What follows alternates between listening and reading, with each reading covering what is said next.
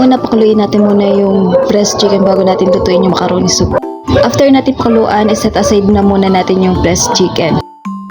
Una, gumamit muna tayo ng star margarine. Instead of mantika, ito yung magiging mantika natin. Sunod naman natin yung bawang sibuyas.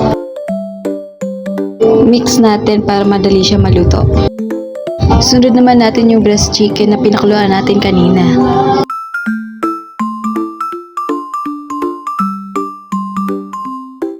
Hotdog.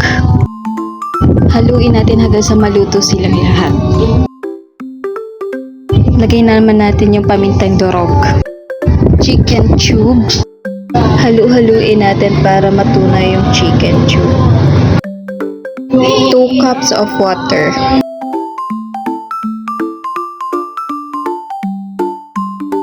Kapag kumulo na siya, sunod na natin yung mga iba pang mga ingredients. 3 tablespoons of patis or fish sauce. Sunod naman natin yung carrot at cabbage.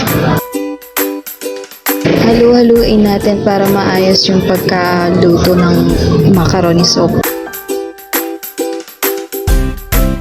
Sunod naman natin yung macaroni.